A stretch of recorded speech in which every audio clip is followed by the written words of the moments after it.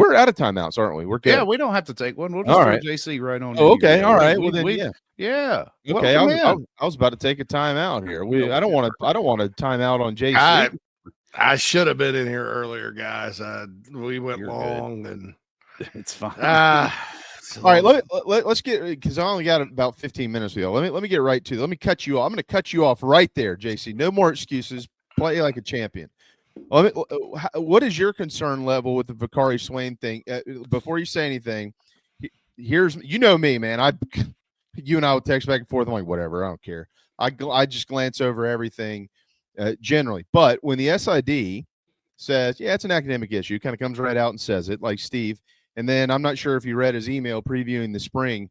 He ain't listed in there when they're describing the secondary. This is a guy who's projected most likely to start, but if not, be a very heavy contributor.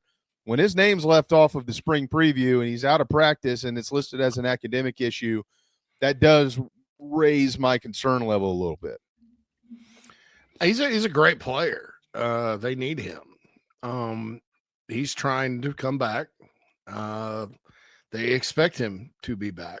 Okay. There are all kinds of different types of academic issues you can have in college. And we have to keep in mind, even with all the pay for play and all that good stuff nowadays, it's still a college. It's still an academic environment, and there are rules, And so when you run afoul of the rules, and I'm not saying he did or didn't, I'm not going to get into all of it, but I'm saying in theory, then there are certain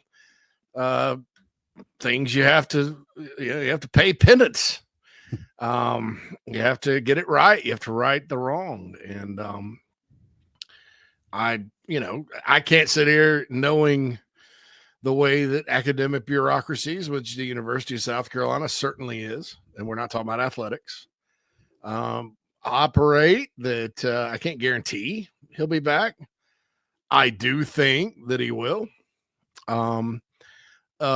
That's the bad news, is that his status is up in the air. The good news is that, if you're worried specifically about Vicari Swain, Cam Johnson is in the chat box, and I understand your concern, and I get it too. And believe me, when sort of this started bubbling up, I was concerned as well. You had a Colorado homer that operates a X account that's called the Portal, saying that he was going to Vicari was getting in the portal in there before the season ended, and Vicari had to shoot that down. John Whittle asked him directly at the bowl if he was leaving. He had to shoot that down, and he was not in the transfer portal or planning on doing it now.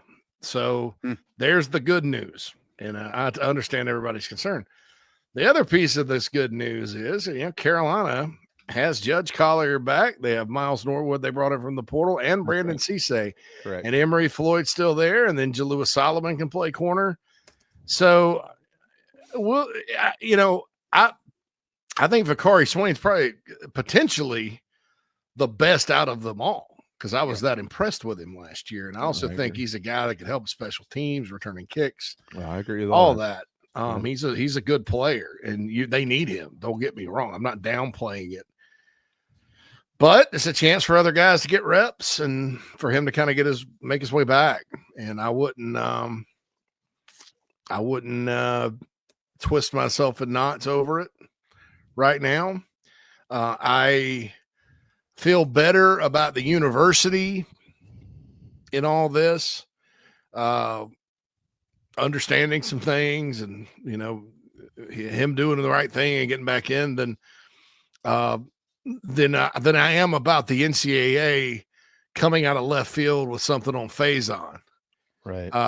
And I there's no worry about Faison's waiver. It's just the NCAA operates on their own time, and that's just how they roll. But again, that's an academic bureaucracy as well. He just needs to file a lawsuit. He'll be cleared in 5 minutes. Yeah, I'd sue the piss out of them if they don't make me eligible. After what they did with Pavia, I mean, that's, how does it apply to one guy, not everybody? So anyway, if you're looking at my level of concern, it's probably I trust the NCAA less than I do a university in this situation. Even our beloved university here. I don't trust either one of them, to be honest. But if you're asking what I would be a little more concerned about, it's the NCAA doing something unexpected, more so than the Vicari Swain situation. But I feel like they'll resolve the issue. I feel like if it was unresolvable, he would be gone. He would already be in the portal, going somewhere else, and not even trying to come back. Yeah, to kind of tie your point in, he is on the 2025 spring roster, and generally if somebody's going to be gone, that's updated like yesterday. I mean, it gets done in a hurry. He's still on the roster. Keep in mind with Fink that preview they released, it's a spring preview, right? So he's not going to be here for spring, right? And so, and I don't think Steve wanted to answer questions about it every single day. And in spring, you have visiting media, you have scouts that come by that may want to see him. It's best just to leave him off, because then they're going to be like, well, and then that kind of looks like you're hiding something. You know what I'm saying? Well, what I was getting at was, I 100% agree. What I was getting at was, that makes me believe that spring in general is just in jeopardy for him. It's not like, well, I'll get back in a couple of days. I don't see him back in the spring. I don't think. Right, there you go. So that's kind of what I was getting at. Let me ask you this. Let me ask you this to kind of. I got a couple of questions here because it is the first day of spring ball and you were late, so we have to cram it all. I know. I'm just kidding. What is your position group now that day one is in the books? How many did they get? 14, right? Isn't it 14 days? 14 after this. 15. Which position group has the most to prove in this practice window? The practice window? The spring window. I would say wide receivers, as far as in the spring practice window. Like, most improved. What do you want to see from those guys? You want to see them making plays, catching passes, developing a rapport. The others, obviously D-line is something you get, interior especially. This team has to replace its entire front seven other than Dylan Stewart, which is a great starting point. But, as far as what I'm looking for the receivers as a whole to say collectively, hey, we're going to be a legit high-level SEC, whatever you want to call it, collegiate receiving corps.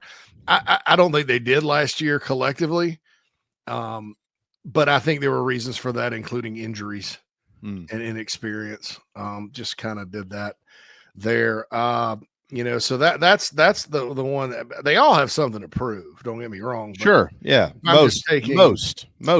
And not and like I'm gonna recuse myself from the kicker conversation until 10 days before the season starts. Oh no, come on, man. When I normally want to discuss it, Peyton Argent though is another name I haven't mentioned that was actually the first place kicker out there today. So we'll see what happens. But that would be my spot. It's just because Michael Smith's injured right now, or he's got he's missing. I believe he is an injury. You still got Brady Hunt. You got Jordan Dingle. You got Maurice Brown, who was wearing a blue jersey today at tight end. You've got. I don't want to hear any excuse about the offensive line. I think they've got to prove it. Well, that's mine. Well, who's going to prove it in August? I would say offensive line. Yeah. Now, that's mine. You got to wait on those guys because they always practice pretty well, right? Yeah. I'm that's absolutely mine. For the main reason is you can't win in this league without one. Last year Lenoris, just one of those hits goes wrong. Whew, man, he could have been sacked 50 times last year, and he wasn't because he's Lenoris Sellers. You find a way to cut that pressure a third. And what is he capable of? So I think that's one reason. The other reason, though, JC, they've recruited at that position remarkably well over the last 3 years from the high school ranks. It's time to show up. And every time I go back and revisit the three they got from the portal this year, it's no secret I love Torricelli Simpkins, and from the start. Jamie, you and I sat at the spring game last year. We're like, oh my God, yeah. That damn John Strickland was right. Not so much, Bell, I guess he was what he was. I'm not hating on the guy. I felt like a little creativity. They probably could have upgraded if they'd have slid Baugh over. But every time I go to revisit Boaz Stanley and Rodney Newsom and Nick Sharp, I really, in my mind, can't decide which one I like better. I know Bo's probably going to be the center, but the other two, especially if you slide Tree in, that's a lot of talent for one guard spot.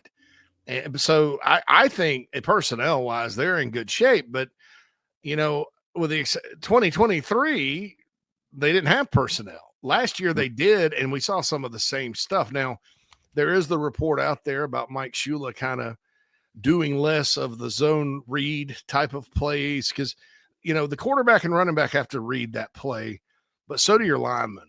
Right. And so it's almost something that if it's part of your offense, like Gus Malzahn or Dan Mullen used it a lot. And I'm not talking about the inside zone standard run play. I'm talking about the zone read where you're reading.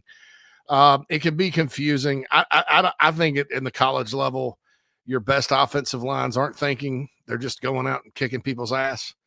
And I think that's kind of what Mike Shula wants to do. So that could be a change that helps them because so many times last year, Jamie, it wasn't they were getting overwhelmed.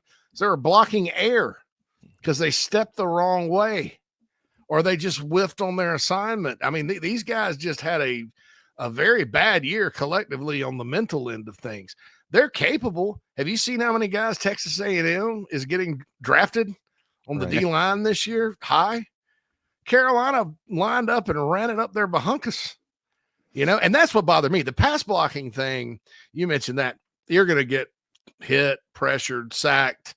The D-lines in this league are too good. I mean, they're going to get you at some point. The coordinators are too good. But the fact that they couldn't push that guy from Akron around, their one interior D lineman that was decent, that bothered me. And it bothered me the whole season. They couldn't get a push in the run game. Against Clemson, for example, that they didn't open holes for Rocket good enough. I mean, that's a team that's coming after you blitz-wise. Clemson didn't stop the run all year. And they couldn't stop Sellers from scrambling and running. But, Rocket had 18 for 60, about 3 yards per carry because there were no holes. And so that's got it. There's no excuse there. But to me, I'm not even going to mess with them in the spring and worry about if they're blocking the D line or whatnot.